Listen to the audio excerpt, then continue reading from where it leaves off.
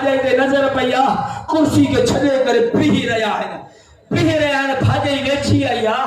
हाणे इमाम हुसैन चवे भाॼाई घुरायो आहे त खीमे में मां हली अचां।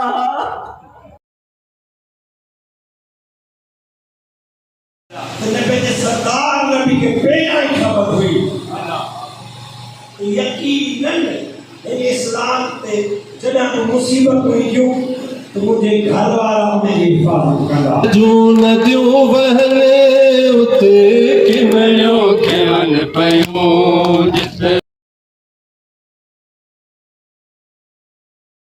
सां के बी सोलंकी साहब वेठो आहे। असां उनखां पुछंदासीं त सिक्योरिटी जे इंतज़ाम सां तव्हांजा टीम किथे किथे अलर्ट आहे ऐं केतिरे टाइम खां वठी तव्हांजी जेको सो टीम ड्यूटी कंदी आहे, असांखे ॿुधायो। अस्सलाम वालेकुम या अली मदद। असांजे अली अलैहिस्सलाम जा ॾियारा आहिनि, हुसैन अलैहिस्सलाम जा ॾियारा आहिनि, पाकनि जा ॾियारा आहिनि। जॾहिं की मुहर्रम शरीफ़ में पहिरीं तारीख़ बीठा आहिनि सिक्योरिटी असांजे जनाब SSP साहब सजावल सैयद इमदाद शाह हुसैन उन जे हुकुम ते सॼे ज़िले जे अंदरि सख़्ती सां सिक्योरिटी आहे माशाअल्लाह। हर तालुके में हर ज़िले में जनाब असांजे सिजाल में DSP असांजा मुमताज़ बुगटी साहब जन बि आहिनि, SHO कमरानी साहब बि आहिनि, कुर्बान अली कमरानी, ऐं मां असिस्टेंट सब इंस्पेक्टर सिजाल थाणे जो आहियां। पंहिंजे मजलिस में जवान सां गॾु 7, 8, 10 असां जवान गॾनि राति जो असां तक़रीबन मजलिसूं क्लियर कराए ऐं अमन अमान हवाले सां असां पाकनि जे ॾियारे ड्यूटी कंदा आहियूं। ऐं जाती तालुको, शाह बंदर तालुको, बटोर तालुको ऐं असांजे सिजाल तालुको जेके बि तालुका आहिनि साईं असांजो SSP साहब पाण ख़ुदि साईं जन वञी विज़िट कंदा आहिनि ऐं स्टाफ खे बाक़ाइदा सख़्ती सां हिदायत आहे। अलाह कयो अञा ते अमन अमान आहे, ख़ुदा कंदो वरी बि अमन अमान गुज़रंदो। ऐं असांखे भरोसो आहे असांजे अली अलैहिस्सलाम जे जलसनि में अहिड़े कंहिंखे बुज़दिल खे हिमत ई कोन थींदी जो असांजे जलसे में जेका हरकत करे। हाउस में बीठा आहियूं जिते मजलिस हले पई ऐं असां सां गॾु वहदतुल मुस्लिमीन जो सुजावल जो अॻवान मोहतरम मुज़फ़र लगारी साहब बीठो आहे।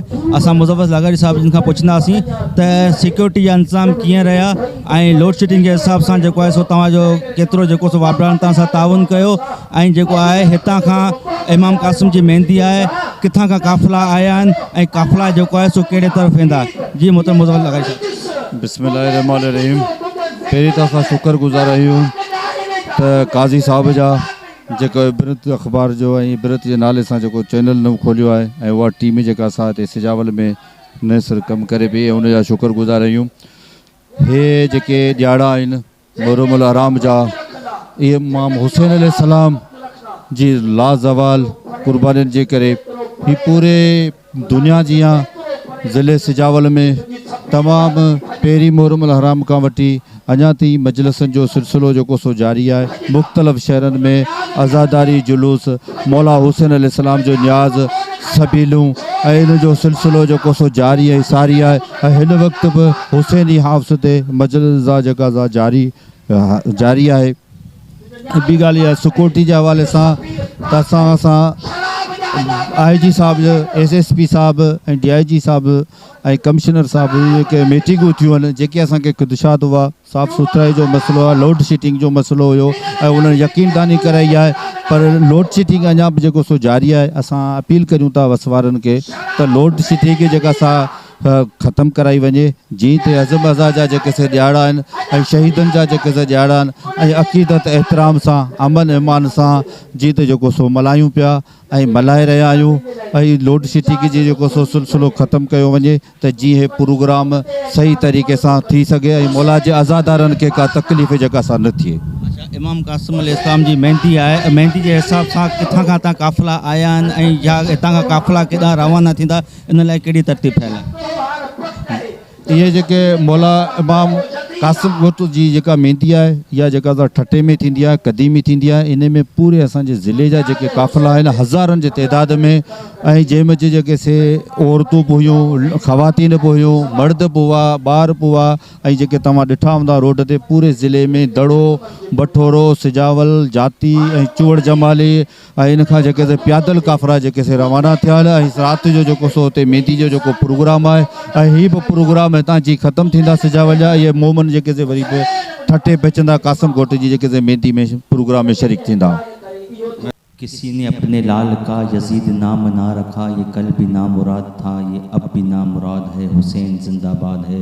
जो सदाऊं हर वक्त हर जगह ते बुलंद आवाज़ सां गूंजदियूं रहनि थियूं अॼु सजावल शहर में हुसैनी इमाम बारगाह, हुसैनी हाउस ऐं केरी इमाम बारगाह ते मजलिसूं मुनक़द कयूं वयूं, जिते इमाम हुसैन अलैहिस्सलाम जी ज़िंदगी ते जेको आहे सो ॿुधायो वियो त हुननि कहिड़े नमूने सां इस्लाम ख़ातिर जेको आहे सो जंग लड़ियूं ऐं कहिड़े नमूने सां इमाम शहीद थिया ऐं इस्लाम जो नालो बुलंद कयाऊं। अहिड़े तरीक़े सां आज़ादारी कई ऐं नोआखानी कई, जॾहिं त इमाम क़ासिम अलैहिस्सलाम जी मेहंदी जे हिसाब सां अॼु सुजावल, बठोरो, दड़ो, जोक शरीफ़, लाइकपुर, बनू, बेलो, शाकरीम ऐं केतिरनि जॻहियुनि खां काफ़िला जेके आहिनि से ठटे तरफ़ रवाना थिया आहिनि ऐं ठटे में शाह नजफ़ इमाम बारगाह में अॼु जेका आहे सा इमाम क़ासिम जी मेहंदी अक़ीदत ऐं एतिराम सां मल्हाई वेंदी।